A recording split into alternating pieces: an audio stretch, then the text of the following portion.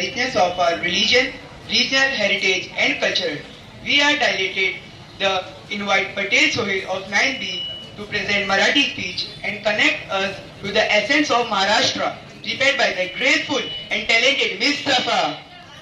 अस्सलामुअलैकुम वरहमतुल्लाहि वबरकातुह। उत्सव तीन रंगाच्या आकाशी आज सजला, सलाम माझा त्या सर्वांना ज्यांनी भारत देश घडविला। माननीय अध्यक्ष महोदय, गुरुजनवर तसेच येथे उपस्थित माझ्या सर्व मित्रांनो, आज 26 जानेवारी हा दिवस आपण प्रजासत्ताक दिन म्हणून साजरा करत आहेत।